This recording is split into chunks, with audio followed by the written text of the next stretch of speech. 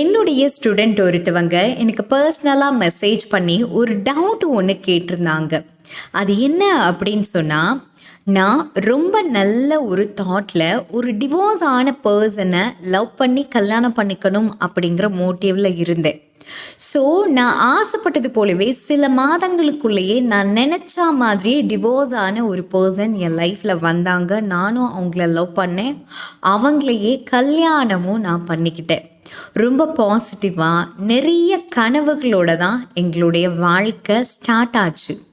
But துரதிர்ஷ்டவசமாக எங்களுடைய relationship ஒரு முடிவுக்கு வந்துடுச்சு. ஆமாம், உறவு முறிஞ்சு போச்சு. அதாவது நாங்களும் டிவோர்ஸ் பண்ணுற மாதிரியான சூழ்நிலை ஏற்பட்டுடுச்சு. இப்போது இதில் எனக்கு என்ன சந்தேகம் அப்படின்னு சொன்னால், என் மேலே தப்பு எதுவுமே இல்லை. ஏன்னா நான் தான் பாசிட்டிவான மைண்ட் செட்டோட பாசிட்டிவான தாட்டோட ஒரு டிவோர்ஸ் ஆன பர்சனை கல்யாணம் பண்ணிக்கிட்டேன் இல்லையா? அப்படி இருக்கும் பொழுது நான் இந்த இடத்துல இதை அட்ராக்ட் பண்ணவே இல்லை. ஸோ அப்போ ஃபைனலாக யார் இதை அட்ராக்ட் பண்ணியிருப்பான்? என் பார்ட்னர் ஒரு டிவோர்ஸ் இல்லையா? அப்போ அவங்க தான் சில இடங்கள்லாம் எனக்கு நெகட்டிவாக இருக்காங்களோ அப்படின்னு தோணுச்சு. ஸோ மேபி அவங்க எங்கிட்ட சம்டைம்ஸ் சொல்லியிருக்காங்க, எனக்கு பயமாக இருக்குது, ஃபியராக இருக்குது அப்படின்னு சம்டைம்ஸ் சொல்லியிருக்காங்க. சம்டைம்ஸ் பாசிட்டிவாக இருக்கிற மாதிரி ஆக்ட் பண்ணாங்க. பட் அவங்க நெகட்டிவாக இருந்திருப்பாங்களோ, அதனால தான் இது அட்ராக்ட் ஆகிடுச்சோ, மறுபடியும் ஒரு டிவோர்ஸை அவங்க தான் அட்ராக்ட் பண்ணியிருக்காங்களோ அப்படின்னு எனக்கு தோணுது அப்படின்னு சொல்லி அவங்க சொல்லியிருந்தாங்க. ஸோ இதில் அவங்களோட சந்தேகம் என்ன அப்படின்னா, நான் இதை அட்ராக்ட் பண்ணலை, அவங்க தானே அட்ராக்ட் பண்ணாங்க, அப்படி தானே அப்படின்னு சொல்லி கேட்குறாங்க. ஸோ இதுக்கு ரிலேட்டடாக உங்களுக்கும் சந்தேகங்கள் இருக்கலாம். அதாவது நீங்கள் இப்போ லவ் ரிலேஷன்ஷிப்பில் இருக்கலாம், அல்லது நீங்களும் இதே மாதிரி ஒரு டிவோர்ஸ் ஆன பர்சனை பெருந்தன்மையோடு நீங்கள் கல்யாணம் பண்ணிக்கலாம், லவ் பண்ணலாம் அப்படின்னு நுழைஞ்சிருக்கலாம். பட் அந்த ரிலேஷன்ஷிப்பும் பிரேக் ஆகிற மாதிரியான சிச்சுவேஷன் நீங்கள் ஃபேஸ் பண்ணலாம். நான் நல்ல எண்ணத்தோடு தானேடா இதை ஹேண்டில் பண்ணேன், ஒருவேளை அவங்க தான் நிறைய ட்ராமாஸ் எல்லாம் பார்த்துருப்பாங்க பாஸ்ட் லைஃப்பில், அப்போ அவங்க தான் இதை அட்ராக்ட் பண்ணுறாங்க போல இருக்குது, அவங்களுக்கே தெரியாமல் அப்படின்னு நீங்கள் முழு பழியையும் தூக்கி அவங்க மேலே போட்டுட்டு நான் இல்லைப்பா அப்படின்னு நீங்கள் சொல்கிறீங்க. அப்படின்னா இன்றைக்கி இந்த வீடியோவின் மூலமாக உங்கள் எல்லாருக்குமே இதுக்கு காரணம் யார், உண்மையிலேயே இதுக்கு காரணம் யார் அப்படிங்கிறத ஃபுல் டீட்டெயில் தான் நம்ம இந்த வீடியோவின் மூலமாக பார்க்கலாம். அதாவது என்னுடைய பார்ட்னர் அவங்களுடைய பாஸ்ட் ரிலேஷன்ஷிப்பில் நிறைய ட்ராமாஸை அனுபவிச்சிருக்கலாம். ஆனால் அப்படி இருந்தாலும் நான் அவங்கள பாசிட்டிவான இடத்துக்கு கூட்டிகிட்டு வந்துட்டேன். நான் பாசிட்டிவாக தான் இருந்தேன். அப்படி இருக்கும்போது எனக்கு ஒரு ஹார்ட் பிரேக் நடக்கிறது அப்படிங்கிறது கஷ்டம் தானே, நான் பாவம் தானே, நான் பாசிட்டிவாக இருந்தேன், நான் நல்ல எண்ணத்தோடு இருந்தேன். ஆனால் நான் அவங்களுக்கு நல்லது செய்ய போய் இப்போ நான் பாதிக்கப்பட்டுட்டேனே, நான் பாவம் தானே அப்படின்னு சொல்லி புலம்புறாங்க.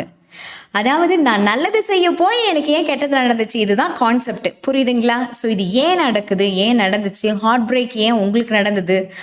ஒரு பாவமான ஒருத்தவங்களை பிடிச்சி நான் கல்யாணம் பண்ணி அவங்களுக்கு வாழ்க்கை கொடுக்கலான்னு நான் நினச்சேன். ஆனால் அது எனக்கே பிரச்சனையாக முடிஞ்சு போச்சே, அப்போ நான் பாவம் தானே, எனக்கு ஏன் இந்த மாதிரி நடக்கணும்? இந்த லா ஆஃப் அட்ராக்ஷனில் ஏதாவது மாற்றம் ஏற்பட்டுடுச்சா அந்த மாதிரிலாம் கேட்குறாங்க இல்லையா? ஸோ இந்த கேள்வி உங்கள் எல்லாருக்குள்ளேயும் இருந்திருக்கலாம் கண்டிப்பாக. ஏன்னா நிறைய பேர் இதை என்கிட்ட கேட்டிருக்கீங்க. நான் என்னோடய ஸ்டூடெண்ட்ஸுக்கு நான் நிறைய பேருக்கு ரிப்ளை கொடுத்துருக்கேன். ஸோ கிளாஸ் ஜாயின் பண்ண முடியாத எத்தனையோ பேர் சப்ஸ்கிரைபர்ஸாக இருப்பீங்க. உங்களுக்குள்ளேயும் இந்த மாதிரியான நெருடல்கள் இருந்தது அப்படின்னா கண்டிப்பாக உங்களுக்கு இதை எக்ஸ்பிளைன் பண்ணணும். நான் ஏன் இவ்வளோ எக்ஸ்ப்ளனேஷன் கொடுக்குறேன் அப்படின்னு சொன்னால் கிளியராக புரிஞ்சுக்கணும் இல்லையா? அதுக்காக தான் ஒரு 4 நிமிஷத்தை நான் எடுத்துகிட்டேன். ஓகே, வீடியோக்குள்ளே போயிடலாம். முதல் வகை, அதாவது ஒரு வகையில் பார்த்தோம் அப்படின்னு சொன்னால், ஒரு டிவோர்ஸுக்கு நிறைய ட்ராமாஸ் கண்டிப்பாக பாஸ்ட் ரிலேஷன்ஷிப்பில் இருந்திருக்கும். அது உண்மைதான், அது இல்லைன்னு நான் சொல்லலை. அதில் 75 விழுக்காடு இருக்கக்கூடிய நபர்கள் பார்த்தீங்க அப்படின்னா ட்ராமாஸில் இருந்து வெளியில் வந்து ஹீல் ஆகாமலேயே இன்னொரு மேரேஜுக்குள்ளே போயிடுவாங்க. அதாவது எனக்கு பாஸ்டில் நடந்த ட்ராமாஸ் எல்லாம் எனக்கு இப்போ சரியாயிடுச்சு, என் மனசுக்குள்ள வூண்டிங்ஸே இல்லை, நான் பியூராக இருக்கேன், நான் ரொம்ப ஹீல் ஆகிட்டேன், அங்கே விழுந்த அடிகள் எல்லாம் எனக்கு காயங்கள் எல்லாம் ஆறி போச்சு அப்படின்னு ஆனதுக்கு பிறகு ரொம்பவுமே மென்டலி ப்ரிப்பேர் பண்ணிக்கிட்டதுக்கு பிறகு இன்னொரு மேரேஜ் லைஃப்குள்ளே நுழையணும். ஆனால் அப்படியெல்லாம் ப்ரிப்பேர் ஆகாமலேயே வூண்டிங்ஸோடையே அதை அப்படியே கலெக்ட் பண்ணிவிட்டு இன்னொரு ரிலேஷன்ஷிப்குள்ளே நுழைவாங்க. அப்போதான் சப்கான்ஷியஸில் பதிவாகி உருவாகி இருக்கக்கூடிய அந்த ட்ராமாஸுடைய தாக்கத்துடைய பக்க விளைவுகளில் ஒன்றா பார்த்தீங்க அப்படின்னு சொன்னால் அகைன் இந்த ரிலேஷன்ஷிப்லையும் ப்ராப்ளத்தை க்ரியேட் பண்ணும். ஓகேங்களா? ஆனால் அதை சில பேர் பார்த்தீங்கன்னா ஓவர் கம் பண்ணிடுவாங்க, ஆனால் சில பேர் பார்த்தீங்க அப்படின்னா பிரிஞ்சிடுவாங்க. கரெக்டாக? ஸோ 75 விழுக்காடு இருக்கக்கூடிய மக்கள் பாஸ்டில் நடந்த பிரச்சனைகளில் மறைக்காமல், பாஸ்டில் நடந்த பிரச்சனைகளில் மறந்துட்டோம் அப்படின்னு தன்னைத்தானே ஒரு சாந்தப்படுத்திக்கிட்டு ஒரு புது ரிலேஷன்ஷிப்குள்ளே நுழையும் பொழுது அந்த இடத்துலையும் ட்ராமாஸை அவங்க அப்ளை பண்ணிப்பாங்க. அப்படி ஒன்று நடக்கவே நடக்காது, ஆனால் அவங்க அதுக்காக தான் இதை பண்ணுறாங்கங்கிற மாதிரி இவங்களே ஒரு விதமான ப்ரிப்பரேஷன் பண்ணிப்பாங்க. ப்ரிப்பரேஷன் பண்ணிக்கிட்டு பார்த்தீங்க அப்படின்னு சொன்னால் அதையே யோசிச்சுட்ருப்பாங்க. அவங்கள மாதிரியே பேசுகிறாங்களே, அவங்கள மாதிரியே சிரிக்கிறாங்களே, இல்லையே இவங்க அவங்கள விட நல்லவங்களாக தான் இருக்காங்க அப்படிங்கிற மாதிரி கம்பேர் பண்ணி ஒன்று பெஸ்ட்டாக ட்ரை பண்ணுவாங்க, இல்லை அப்படின்னா கம்பேர் பண்ணி பார்த்துட்டு ஆஹா இவங்க அவங்கள விட மோசமாக இருக்காங்களே, அந்த மாதிரி ஏதோ ஒன்று ட்ரை பண்ணுவாங்க. ஸோ இது ரெண்டில் எது பண்ணாலுமே ஹார்ட் பிரேக் என்னவோ உங்களுக்கு நிச்சயமாக நடக்கும். ஏன்னா நீங்கள் இன்னும் பாஸ்ட்டை விட்டு வெளியில் வரவே இல்லை. இப்போ புதுசாக ஒரு மனுஷனை பார்க்குறேன், அவன் நல்லவனா கெட்டவனான்னு எனக்கு தெரியாது, இனிதான் நான் பழக போகிறேன் அப்படிங்கிற மைண்ட் செட்டில் அவங்க இருக்கிறது கிடையாது. அவங்கள மீறி பாஸ்டில் மேரேஜ் அப்படிங்கிற ஒரு வேர்டை எழுதி வச்சாலே மேரேஜ் அப்படின்னா அந்த ட்ராமாஸ் அதுதான் ஞாபகத்துக்கு வரும். அதற்கு பிறகு தான் இப்போ இருக்கிற வாழ்க்கை ஞாபகத்துக்கு வரும். ஸோ இதோட போகும்பொழுது அதை அட்ராக்ட் பண்ணுவாங்க, அது கேஷுவல் தான். ஆனால் பேலன்ஸ் இருக்காங்க பார்த்தீங்களா, 25 விழுக்காடு இருக்கக்கூடிய மக்கள், இவங்களில் பார்த்தீங்க அப்படின்னு சொன்னால் எப்படியோ ஒன்று பாஸ்ட் ரிலேஷன்ஷிப்பை மறைக்கிறதுக்கு ட்ரை பண்ணுறாங்க.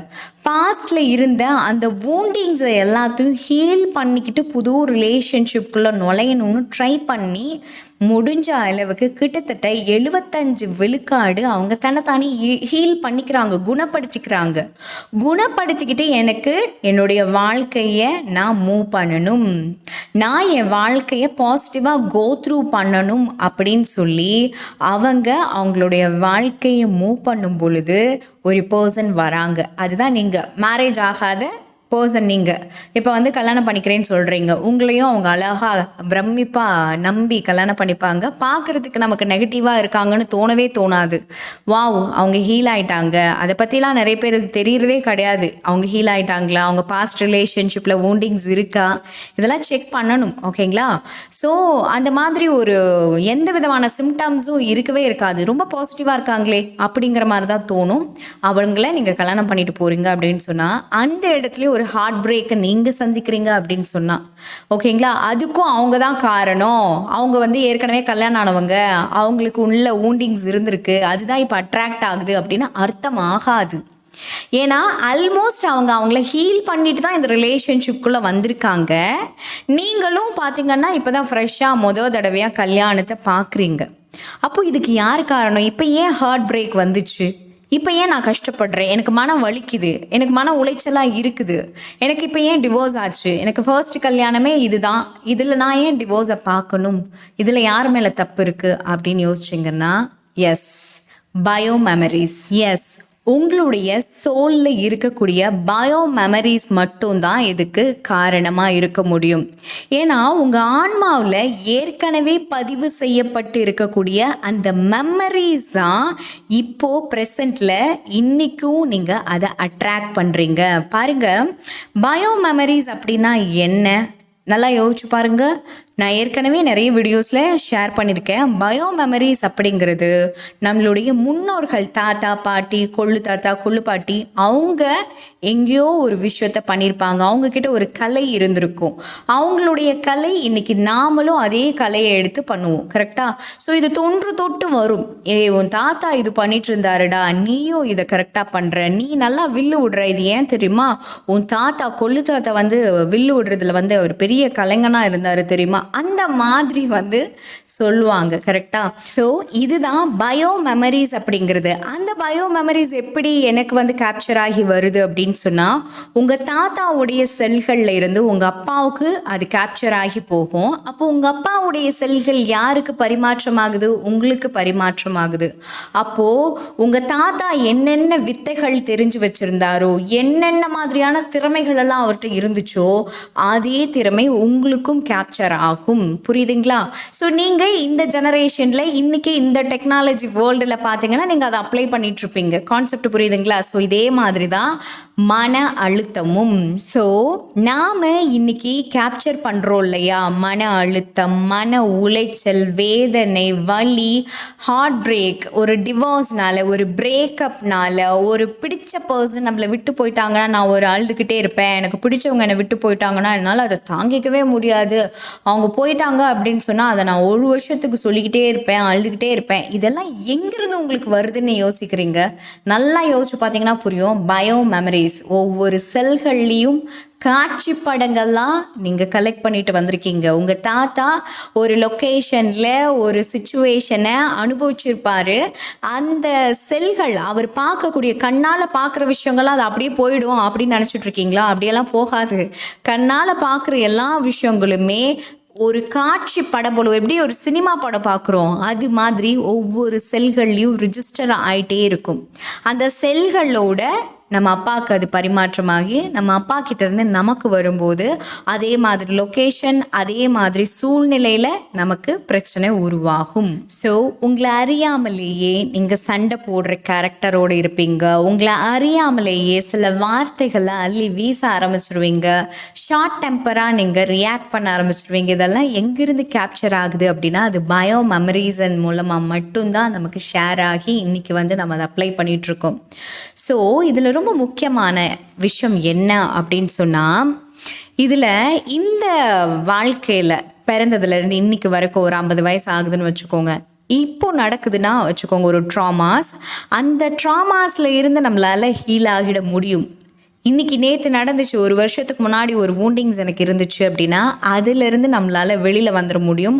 அதை நாம் குணப்படுத்திக்க முடியும். நாமளே செல்ஃப் ஹீலிங் கூட பண்ணிக்க முடியும். அந்த காயங்களை ரெடியூஸ் பண்ணி நம்மளால் நிம்மதியாக வாழ்ந்துட முடியும்.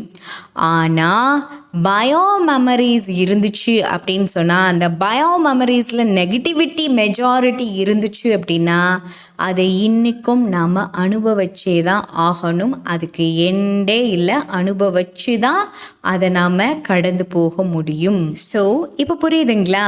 உங்களுடைய பயோ மெமரிஸ்னால நீங்கள் கேப்சர் பண்ணிட்டு வந்திருக்கீங்க. அதனால தான் உங்களுக்கு டிவோர்ஸ் ஆச்சு.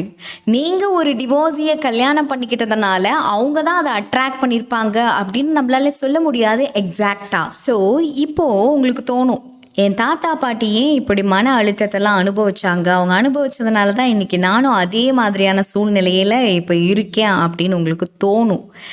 எஸ், அப்படி தோணுச்சு அப்படின்னா அவங்கள திட்டுறதெல்லாம் நிறுத்திட்டு நீங்கள் ஃபர்ஸ்ட்டு இன்றைக்கி இந்த சுச்சுவேஷனில் நீங்கள் என்ன அனுபவிச்சுட்ருக்கீங்க, எப்படி ட்ராமாஸ் அனுபவிக்கிறீங்க, எப்படி உங்களுக்கு ட்ரபிள்ஸ் இருக்குது அப்படிங்கிறது எல்லாத்தையும் கவனித்து அதிலிருந்து இந்த பிறவிலேயே, அதுவும் இன்றைக்கே இந்த நொடியிலிருந்தே அதிலேருந்து ஹீல் ஆகிறதுக்கான பாத்து என்னங்கிறத தேடி குணமாகுங்க. ஸோ அப்படி நீங்கள் உங்களை நீங்களே தேடி உங்களை நீங்களே குணமாகிக்கும் பொழுது மீதி இருக்கக்கூடிய பேலன்ஸ் நாட்கள் இருக்கு இல்லையா, அதுலையாவது நீங்கள் சரி செஞ்சு உங்கள் வாழ்க்கையை நிம்மதியாக வாழ முடியும்.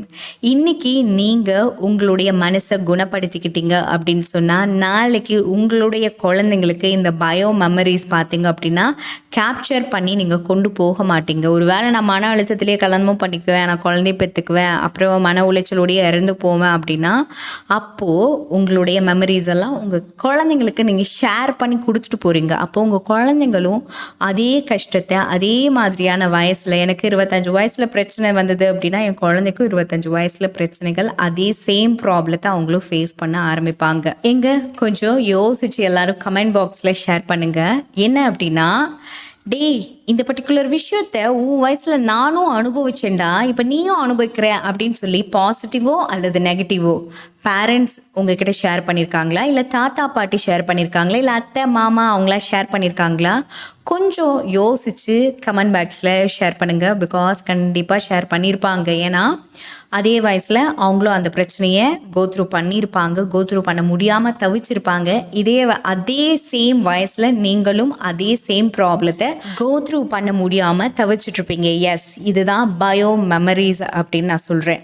ஸோ இது சம்மந்தமாக உங்களுக்கு வேறு ஏதாவது டவுட் இருக்குன்னா கீழே கமெண்ட் பாக்ஸில் கிட்ட கேளுங்க. அல்லது எங்கிட்ட பர்சனல் லைஃப் கோச்சிங் எடுத்துக்கணும், அல்லது லா ஆஃப் அட்ராக்ஷன் ரிலேட்டடான கிளாஸஸ் எடுத்துக்கணும், அல்லது எங்கிட்ட ஹிப்னோதெரப்பி ஹீலிங் எடுத்துக்கணும் அப்படின்னு நினைக்கிறீங்கன்னா கீழே டிஸ்பிளே ஆகிட்டு இருக்கக்கூடிய நம்மளுடைய வாட்ஸ்அப் கான்டாக்ட் நம்பருக்கு மெசேஜ் பண்ணுங்கள். தேங்க்யூ.